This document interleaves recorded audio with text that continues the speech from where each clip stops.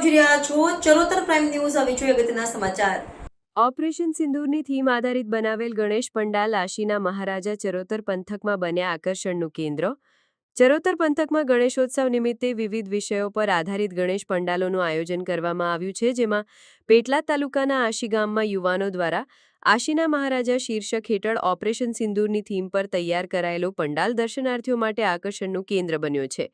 આ પંડાલે ગણેશજીના દર્શનની સાથે ભારતીય સેનાના શૌર્ય અને બલિદાનની ઝાંકી પણ રજૂ કરી છે, જેના કારણે મોટી સંખ્યામાં લોકો તેની મુલાકાત લઈ રહ્યા છે. આ અનોખો પ્રયાસ યુવાનોને દેશભક્તિ અને રાષ્ટ્રપ્રેમનો સંદેશ આપી રહ્યો છે. પહેલગામમાં થયેલા આતંકી હુમલા બાદ ભારતીય સેના દ્વારા કરવામાં આવેલા ઓપરેશન સિંદૂર અને ઓપરેશન મહાદેવ જેવા અતિ મહત્વના અભિયાનો વિશે લોકોને માહિતગાર કરવાના ઉમદા હેતુથી આ પંડાલની રચના કરવામાં આવી છે. આ પંડાલમાં યુવાનોએ સૈન્યની કાર્યવાહી, શહીદોનું બલિદાન અને ભારતના સૈનિકોની અદમ્ય હિંમત તે કલાકૃતિઓના માધ્યમથી રજૂ કરી છે. આ પંડાલ પાછળનો મુખ્ય ઉદ્દેશ્ય નવી પેઢીને દેશની સુરક્ષા માટે સેનાના યોગદાનથી અવગત કરવાનો અને રાષ્ટ્રીય ભાવનાને પ્રબળ બનાવવાનો છે. આ પ્રદર્શનને કારણે સમગ્ર ચરોતર પંથકમાં યુવાનોના આ પ્રયાસની સરાહના થઈ રહી છે. સ્થાનિક લોકો અને અન્ય ગામોના મુલાકાતીઓ આશી ગામને યુવાનોના આ પ્રશંસનીય કાર્યની નોંધ લઈ રહ્યા છે. આ પંડાલના આયોજકોએ જણાવ્યું હતું કે ગણેશોત્સવના પાવન પર્વ દરમિયાન આધ્યાત્મિકતાની સાથે રાષ્ટ્રભક્તિનો સંદેશ ફેલાવવાનો તેમનો મુખ્ય આશય છે.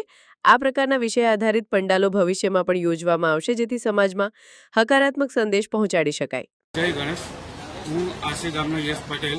તમે જે પાછળ જોઈ રહ્યા છો આશીના મહારાજા, એ અમે 2021થી 2025 સુધી અમે અલગ અલગ થીમો ઉપર અમે ગણપતિનું સ્થાપન કરીએ છીએ. જે કે અમે પહેલાં પણ ચંદ્રયાન ઉપર કરી હતી થીમ, અત્યારે અમે ઓપરેશન સિંદૂર અને ઓપરેશન મહાદેવ ઉપર અમે કરી રહ્યા છીએ.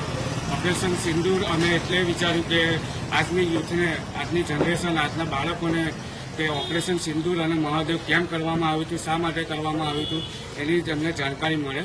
આપણે જે જાણીએ છીએ કે પહેલગામ એટેક જે થયો હતો 22 એપ્રિલ 2025ના રોજ, એમાં આપણા 26 સ્થાનિકો એટલે ભારતીય જે નાગરિકો ઉપર આપણે જે હુમલો થયો હતો, એના વળતરમાં આપણે નરેન્દ્ર મોદી અને આપણા દેશના જવાનોએ જે ઓપરેશન સિંદૂર અને ઓપરેશન મહાદેવ કરવામાં આવ્યું હતું. ઓપરેશન સિંદૂરમાં પાકિસ્તાની સ્થિત જે એમના આતંકવાદી ઠેકાણા હતા એની પર હુમલો કરવામાં આવ્યો હતો, અને ઓપરેશન મહાદેવમાં આપણે પહેલગામ એટેકમાં જે આતંકવાદીઓ હતા એને ઠાર કરવામાં આવ્યો હતો.